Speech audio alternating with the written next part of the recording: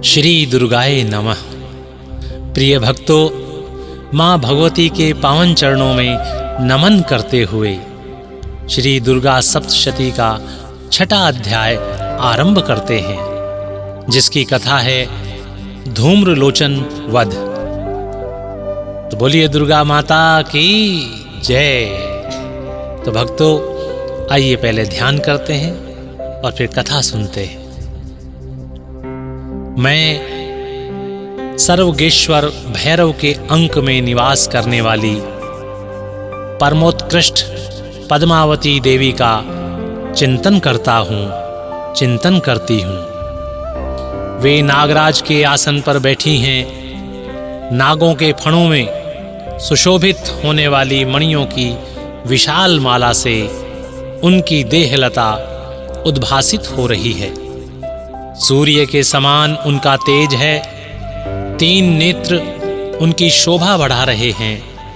वे हाथों में माला, कुंभ, कपाल और कमल लिए हुए हैं तथा उनके मस्तक में अर्धचंद्र का मुकुट सुशोभित है। ऋषि कहते हैं, देवी का यह कथन सुनकर दूत को बड़ा अमर्ष हुआ और उसने दैत्यराज के पास जाकर सब समाचार विस्तार पूर्वक कह सुनाया। दूत के उस वचन को सुनकर दैत्यराज कुपित हो उठा और दैत्य सेनापति धूम्रलोचन से बोला, धूम्रलोचन, तुम शीघ्र अपनी सेना साथ लेकर जाओ और उस दुष्टा के केश पकड़कर घसीटते हुए उसे बलपूर्वक यहां ले आओ। उसकी रक्षा करने के लिए यदि कोई दूसरा खड़ा हो तो वह देवता, यक्ष अथवा गंधर्व ही क्यों ना हो, उसे अवश्य मार डालना। ऋषि कहते हैं, शुंभ के इस प्रकार आज्ञा देने पर वह धूम्रलोचन दैत्य 60,000 असुरों की सेना को साथ लेकर वहां से तुरंत चल दिया। वहां पहुंचकर उसने हिमालय पर रहने वाली देवी को देखा और ललकार कर कहा, अरे तू शुंभ निशुंभ के पास चल। यदि इस समय प्रसन्नता पूर्वक मेरे स्वामी के समीप नहीं चलेगी तो मैं बलपूर्वक झोंटा पकड़कर तुझे घसीटते हुए ले चलूंगा। देवी बोली, तुझे दैत्यों के राजा ने भेजा है। तुम स्वयं ही बलवान हो और तुम्हारे साथ विशाल सेना भी है। ऐसी दशा में यदि मुझे बलपूर्वक ले चलोगे तो मैं तुम्हारा क्या कर सकती हूं। ऋषि कहते हैं, देवी के यूं कहने पर असुर धूम्रलोचन उनकी ओर दौड़ा।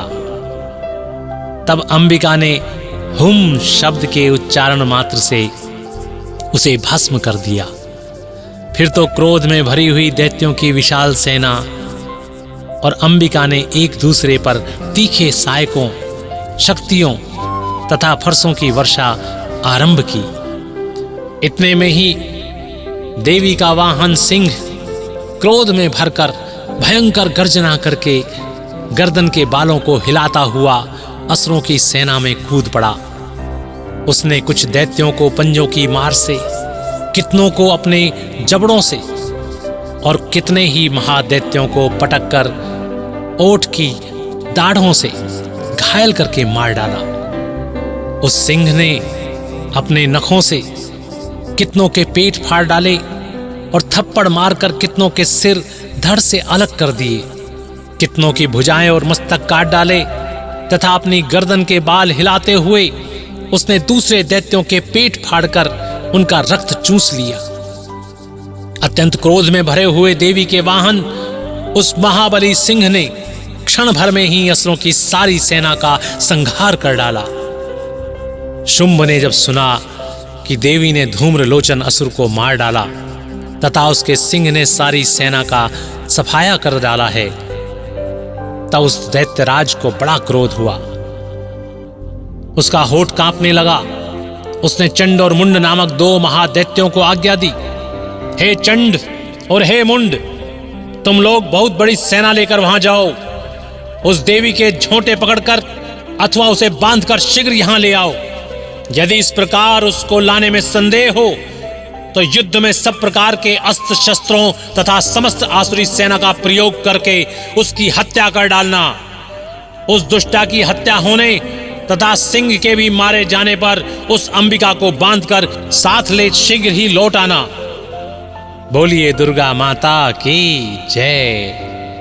प्रिय भक्तों, इस प्रकार श्री मार्कंडेय पुराण में सावर्णिक मनवंतर की कथा के अंतर्गत देवी महात्म्य में धूम्रलोचन वध नामक छठा अध्याय पूरा हुआ। तो बोलिए दुर्गा माता की जय जय जय।